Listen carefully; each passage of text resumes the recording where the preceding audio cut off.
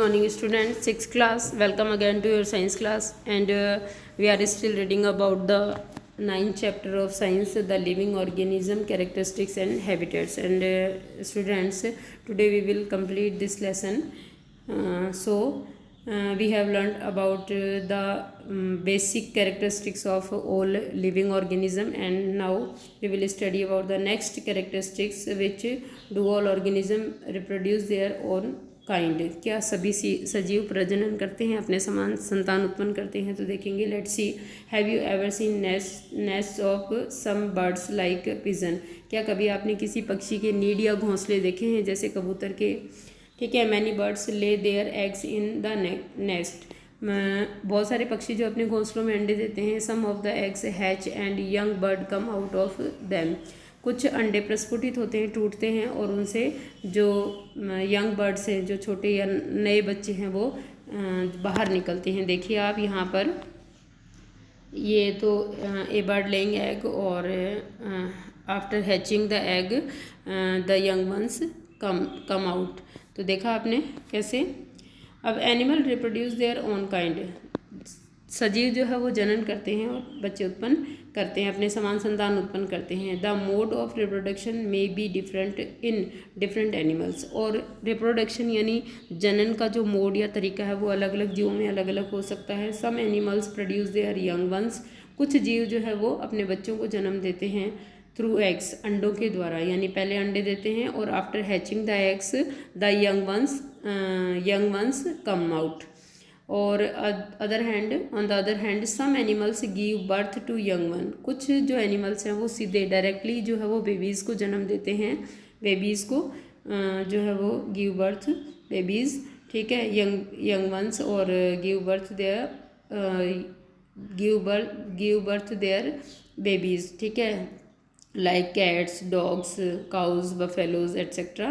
Plant also reproduce, ठीक है, like animals, पौधे भी जो है वो एनिमल्स की तरह जनन करते हैं। Plants also differ in their mode of reproduction, और प्लांट्स में भी जनन का तरीका अलग अलग होता है। Many plants reproduce through seeds, कुछ या बहुत से पौधे जो है वो बीजों के द्वारा जनन करते हैं। Plants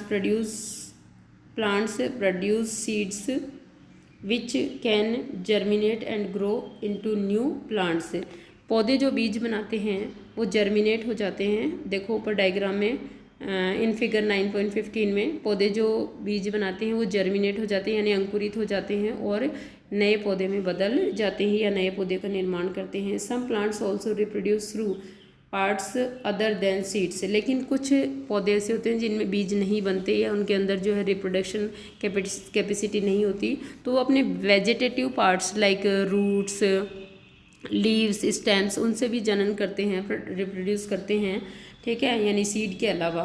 for example A part of A potato with A bird, जैसे एक आलू को देखिए आप, उसके अंदर भोजन संचय के कारण फूल जाता आलू एक तना है। पोटैटो इज़ ए स्टेम, ठीक है, तो उस पर जो बर्ड पाई जाती है वो प्रस्फुटित हो जाती है और उनसे नया पौधा बन जाता है, grows into a new plant. Figure 9.16 में देखिए आप, here is the figure 9.16। Plants also reproduce through cuttings, would you like to grow plant in this way yourself, और प्लांट्स जो है वो कटिंग यानी उनके तनों के भाग काटने के द्वारा भी उत्पन्न किए जा सकते हैं या रिप्रोड्यूस किए जा सकते हैं। क्या आप एक कलम से पौधा उगाना चाहोगे अपने घर में ही? तो देखिए, we will activity 5 for this.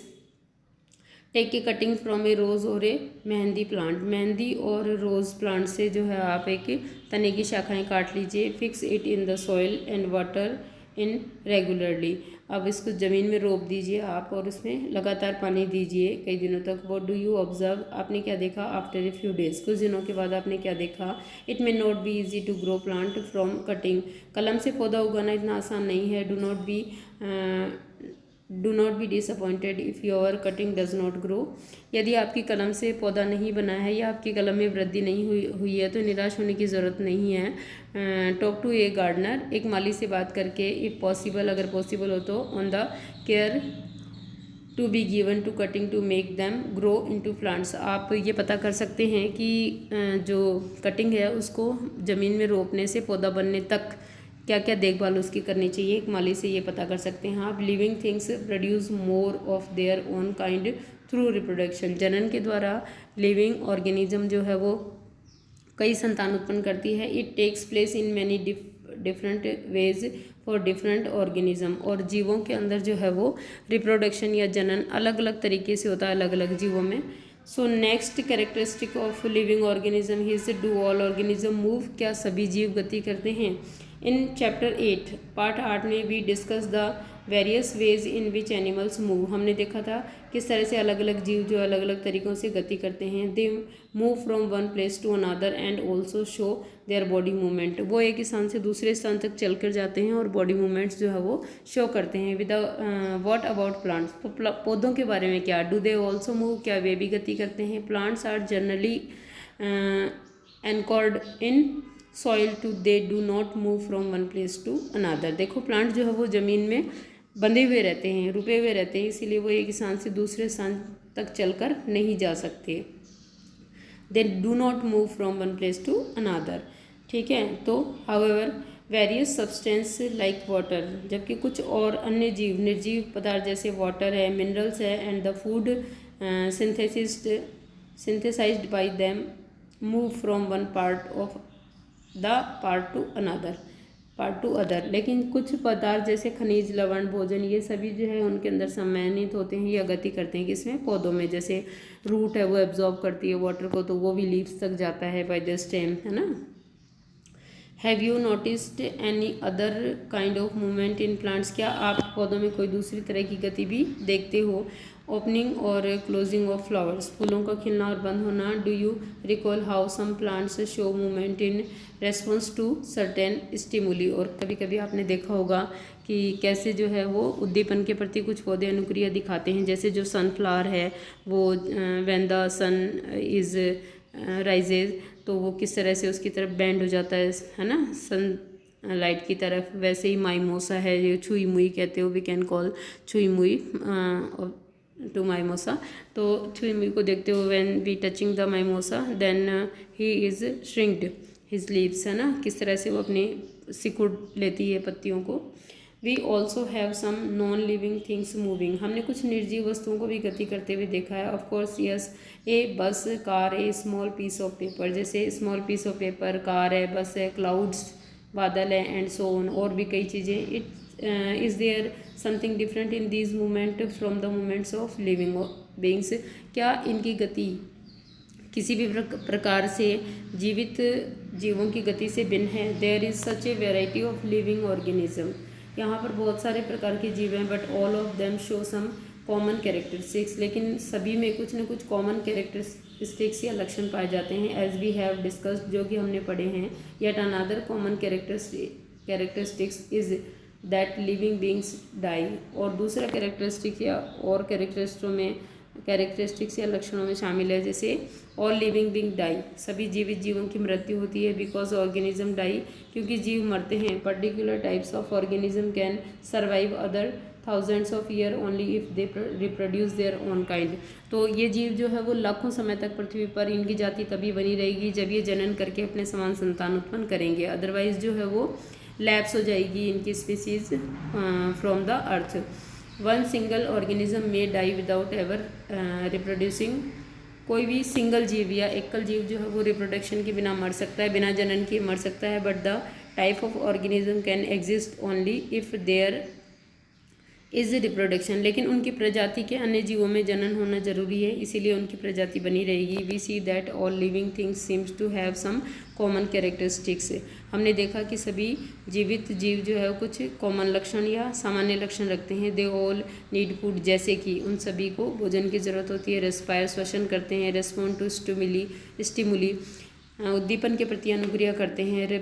Reproduce, जनन करते हैं। शो मूवमेंट, गति करते हैं। ग्रो एंड डाई, बढ़ते हैं, वृद्धि करते हैं और मृत्यु भी होती है उनकी। तो they all are the common characteristics of a living organism and you can carry out these all characteristics in your copy.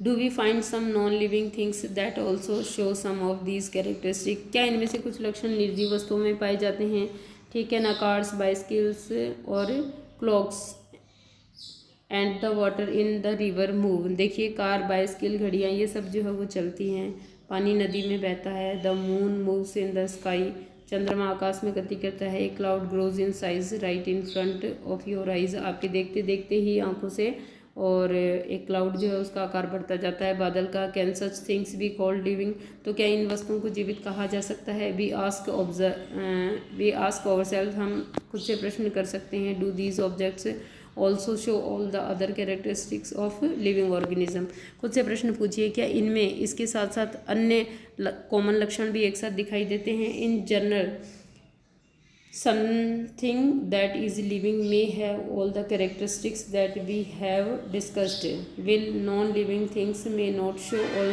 these characteristics at the same time। देखिए इन सब में वो कैरेक्टरिस्टिक्स जो हमने चर्चा की है जिनकी, वो सभी एक साथ एक समय में दिखाई नहीं देते हैं। इज़ दिस अवे ट्रू, तो क्या ये सही है। Do we always find that living things definitely show all the characteristics, तो क्या ये सही है कि सभी जीवित जीवों में ये लक्षण एक साथ दिखाई देते हैं हमेशा। Of the living that we have discussed, जो कि हमने डिस्कस किए हैं।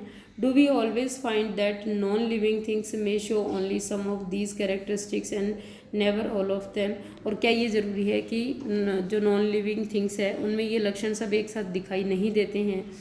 देखिए to understand this a little better, इसको और अच्छी तरह से समझने के लिए let us look at specific example, चलिए कोई उदाहरण लेते हैं, विशिष्ट उदाहरण।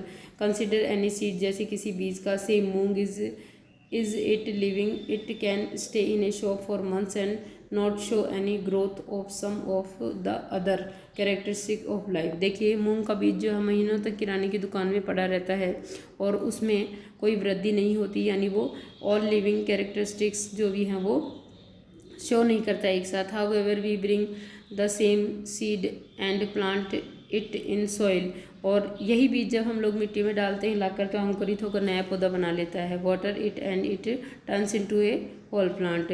Did the seed need food, क्या भोजन की ज़रूरत होती है उस सीड को। डिड इट एक्सक्रिएट, क्या ये उत्सर्जन करता है। ग्रो बढ़ता है और रिप्रोड्यूस जनन करता है। When it was in the shop of many months, जब ये कई महीनों से दुकान में पड़ा था, तो क्या ये लक्षण उसमें थे। We see that there can be cases when we cannot easily say that a thing has all the characteristics that we have discussed for it to be called living। कभी कभी ये बताना मुश्किल हो जाता है जबकि सभी लक्षण उसमें दिखाई दे रहे होते हैं कि ये जीवित है या निर्जीव, अर्थात सजीव और निर्जीव का पता लगाना इतना आसान कार्य नहीं है। What then is life, तो फिर जीवन क्या है। Push your hands deep inside a sacks of wheat, आप किसी गेहूं के बोरे में गहराई में हाथ दीजिए। Do you find it is warm inside, क्या आपको अंदर की साइड गर्मी महसूस होती है। There is some heat being produces inside the sack of wheat, ये गेहूं ने जब श्वसन किया तो उससे निकलने वाली हीट थी। The seeds respire and in that process give out some heat, देखिए बीज जो है वो रेस्पायर करते हैं, श्वसन लेते हैं और इसमें कुछ हीट निकलती है, ऊष्मा निकलती है। We see that respiration is a process that take place in seeds even when some of the other life process may not be very active. देखिए बीजों में श्वसन तब भी चल रहा था जब दूसरे प्रक्रम नहीं चल रहे थे जीवन के। It may not be very easy to answer our question, तो ये बताना आसान नहीं हो पाएगा, हमारे प्रश्न का उत्तर देना इतना आसान नहीं होगा कि व्हाट देन इज़ लाइफ, की जीवन क्या है। However looking at all the diversity of living being around us, तो अपने चारों तरफ देखिए जीवों को, जो जीवित जीव हैं। We can conclude that life is beautiful, तो हमारे मुँह से यही निकलेगा कि लाइफ जो है वो सुंदर है। Students today's today your chapter is complete, and we will do the question answer of this chapter in your next video on tomorrow. And now you will do the remaining characteristics we have learnt today in your notebook. Okay students.